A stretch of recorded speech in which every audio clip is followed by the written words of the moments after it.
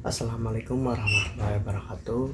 Saya Agus Rahmat Riyadi, perwakilan dari kelompok 9. Kelompok kami di sini akan menjelaskan tentang asas leg spesialis, drogat legi generalis, dan asas leg dura sed ita scripta. Terima kasih. Perkenalkan, nama saya Jidan Budi Febrian dari kelompok 8 dengan NPM 176 23176.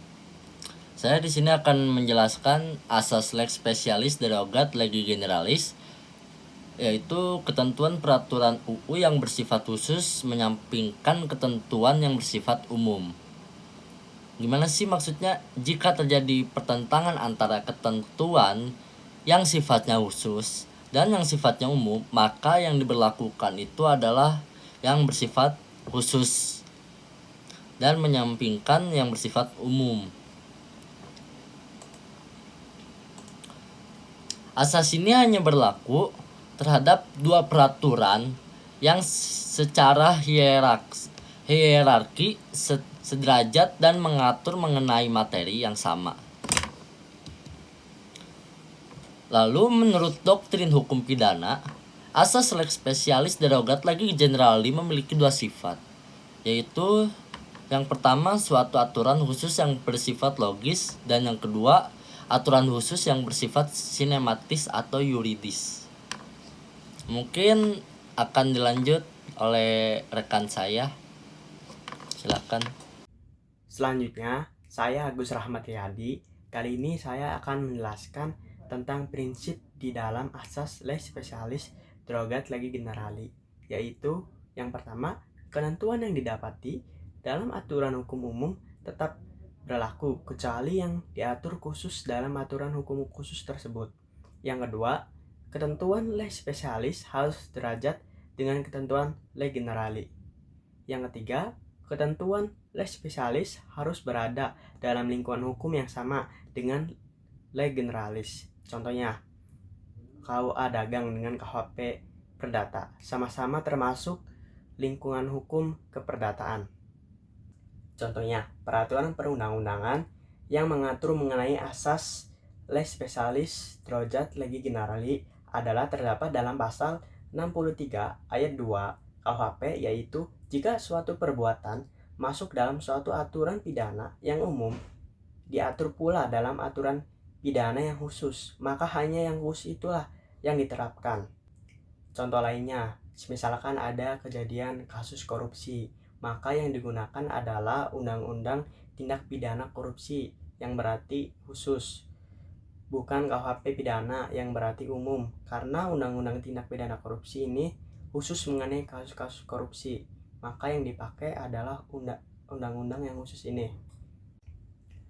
Asas leg dura sed ita scripta, yang berarti hukum itu kejam, tetapi memang begitulah bunyinya. Atau ada yang menerjemahkan hukum itu kaku, tetapi begitulah yang tertulis. Kejam dan kaku menjadi wajah hukum. Kejam dimaksud di sini adalah seperti sifat hukumnya, yaitu memaksa, yang berarti tidak boleh dikesampingkan, atau mau tidak mau kita harus menaati hukum jika kita tidak ingin dikenakan sanksi atau denda. Nama Muhammad Alfarisal Aprian Samsuri, NPM 23100000180. Asas ini menjelaskan mengenai penegasan kekuatan imperatif hukum sebagai norma yang bersifat memaksa, atau dengan kata lain hukum itu tegas. Karena memang demikian ia ada. Secara eksistensial, keberadaan hukum sebagai salah satu norma di antara norma lainnya adalah karena sifatnya yang keras dan tak punya mekanisme kompromi. Kejam dalam artian untuk menjamin terselenggaranya kepastian hukum. Tanpa kepastian hukum, orang tidak tahu apa yang harus diperbuat dan akhirnya menimbulkan keresahan. Tetapi apabila terlalu mengejar kepastian hukum, akibatnya akan menjadi kaku dan akan menimbulkan rasa tidak adil. Hukum itu keras dan harus tetap dipatuhi, semua itu demi kepastian penegakan hukum. Contohnya, seperti kasus pada narapidana bernama Freddy Budiman yang telah dilakukan eksekusi mati pada tanggal 29 Juli 2016 lalu. Freddy terbukti melanggar pasal 114 Undang-Undang Nomor 35 Tahun 2009 tentang narkoba. Dari kasus ini dapat disimpulkan bahwa hukum berlaku kejam demi menegakkan keadilan dan terciptanya tertib kemasyarakatan.